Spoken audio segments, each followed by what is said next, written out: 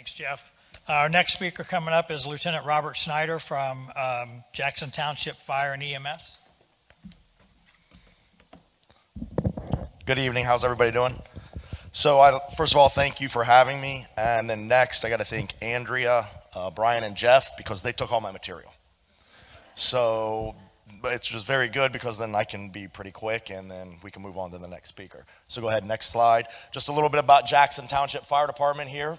We serve Grove City, Jackson Township, Urban Crest, close to 40 square miles, combined population pushing 50,000. There are 4 fire stations. We take about 9,000 EMS specific runs a year, a total amount of about 13,000 a year out of those 4 stations. What's kind of unique about us is because we're south of the city of Columbus and then we go up to the county line, there's a thing called mutual aid. Only about 2% of our runs are we going out of Grove City and taking runs for another department in their jurisdiction. So a lot of other departments in their total run volume, they're taking a lot of runs for the city of Columbus or another department. So we are very busy for our own city and coverage area. Go ahead, next slide. So the number 2, on average, every 2 days, we're going on an overdose in Grove City, Jackson Township, or Urban Crest. If you want to name a neighborhood, I'll tell you, we've been on an overdose in that neighborhood. There's not a neighborhood that's not happened in the city of Grove City, Urban Crest, or Jackson Township. As they've said earlier, this doesn't know any race, socioeconomic grounds. This is everybody and everywhere, okay? 2 times a day, every 2 days, we are going and we're using Narcan. So we have a partnership with the Grove City Police that started probably about 4 or 5 years ago where they started carrying Narcan because a lot of times they're out, we're at the station. They may arrive on scene before us. They can give that first dose of Narcan before we arrive. So sometimes we get there and that first dose has already worked and we might not have to give it. There are other times that we have to give subsequent doses of Narcan, or the times that we get there and they're not there.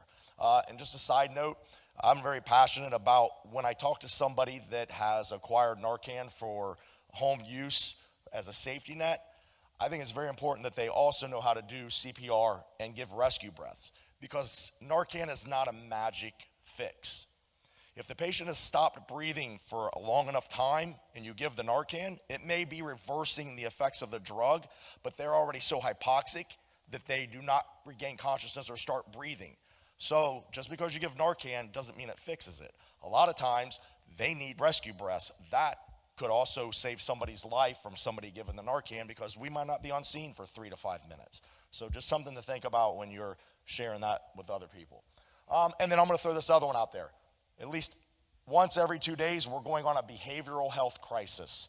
And there's no denying that these all tie in together. The drug abuse, the addiction, behavioral, mental illness. So this is going on constantly just in our little microcosm of Grove City daily. All right, next slide.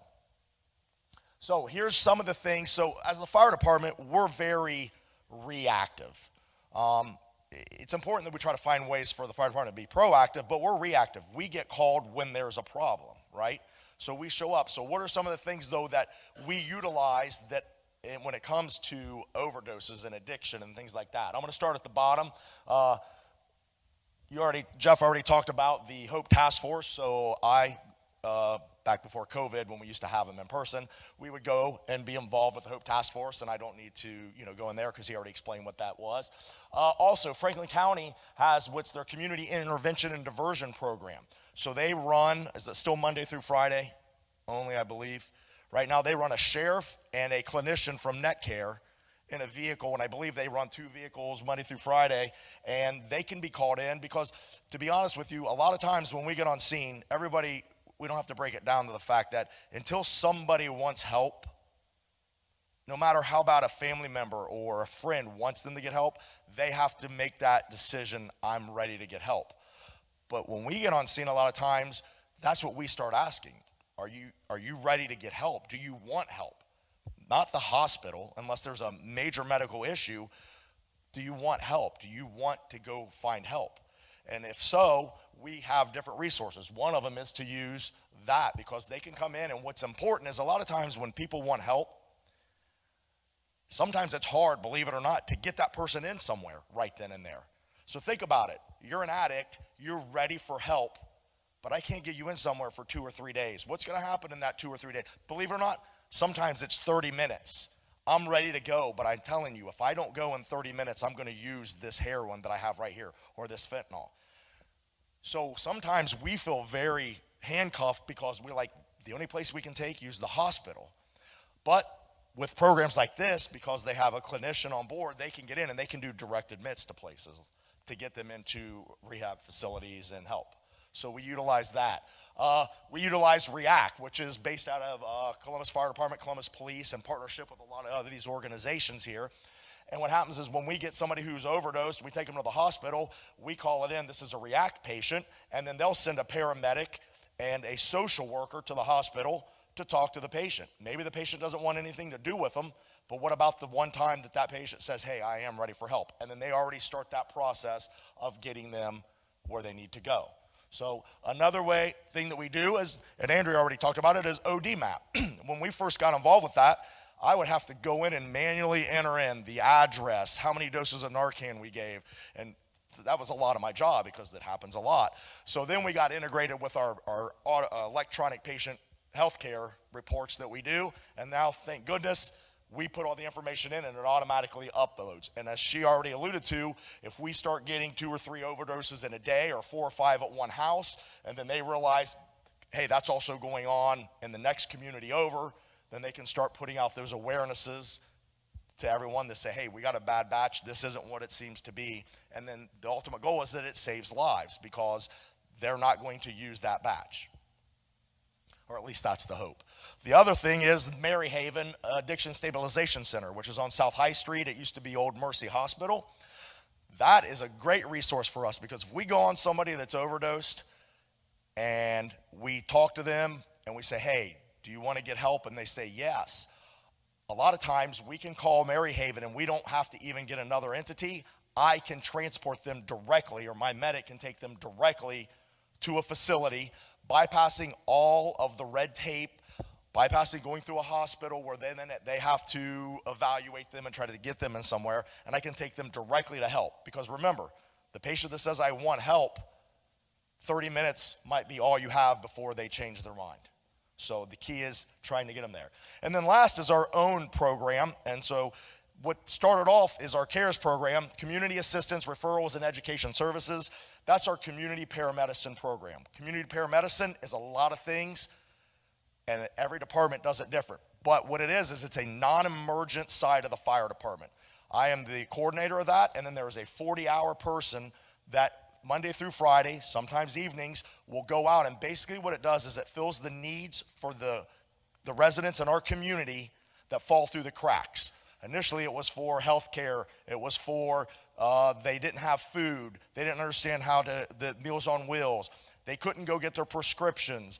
We were going somewhere where they fall a lot, so we put in grab bars in their house. We do fall assessments. We work with their physicians so that we can communicate their health care because maybe they aren't going to the physician, and then we realize, hey, we check in on them once a week. We get somebody who calls 10, 20 times a month, and it's never to go to the hospital. But now that we have somebody that checks in on them once a week, they don't call anymore unless there's a true emergency. So that's what it started off as. And we're coming up on 3 years in December, and we have had over 300 patients, and this is all internal referral through our fire department as guys go on a run, and gals, and they say, hey, this patient might need help. It gets referred back to the program, and then we go out. What we've realized is that the next step, because we still have about 60 to 70 active patients in the program, over 300 have been enrolled, we want to take the next step, and actually we're in the process of figuring out how anytime somebody overdoses that is a resident, because we know they live here, that we will, within 2 or 3 days, we will go to their address, knock on their door, and say, hey, how are you doing? Are you ready to get help now because you didn't want help the other day? And they may say no, right? Leave them the card, because we've already had this happen without the program being in, and then 5 days later, 6 weeks later, they show up at the fire department, hey, can you help me? Or they call me, I'm ready to get help. I make a couple phone calls, hey, I can come pick you up, or at the fire department, and we take them to Maryhaven, or we call one of the other entities to help us out. So that's what your fire department is doing to help combat that. Go ahead, next slide. So real quick, this is way above my intelligence level, but I just want to use this as there, to me, and if someone in here has it, there is no perfect formula to say, hey, what can we say, what can we do that my child or somebody I know or adolescent ever overdoses or gets involved with drugs, alcohol, smoking. I don't know a foolproof way. I do know probably the biggest deterrent is parental involvement.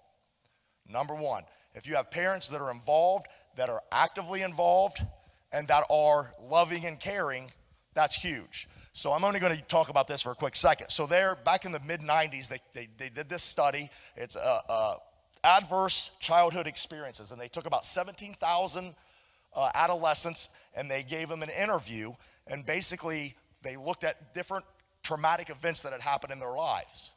And then what they've determined is they followed them since then, that it actually leads to not only addiction, alcohol, drugs, multiple sexual partners, STDs.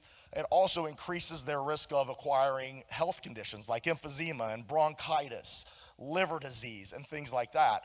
And so look it up, take some time, but go look up the ACEs quiz. It's 10 questions.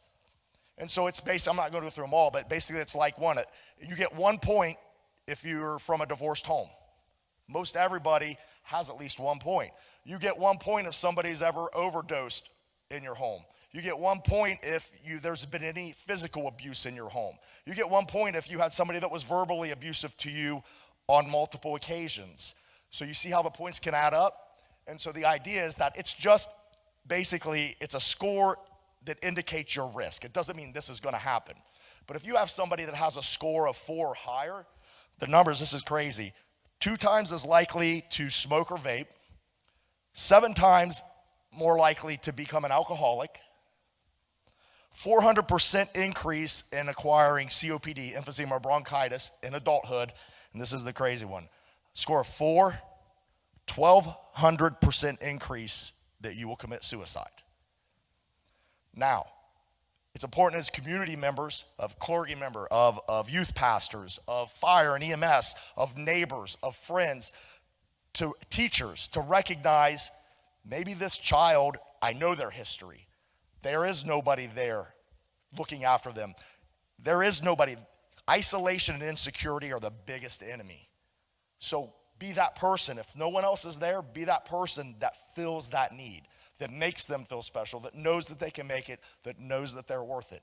Just because they have a score of 4 or 6 or 8, one person can make a difference in their life. Next slide. So look that up. This is just, I gave the brief overview. Next slide. And one more. Oh, hey, I'm done. All right, so thanks for having me.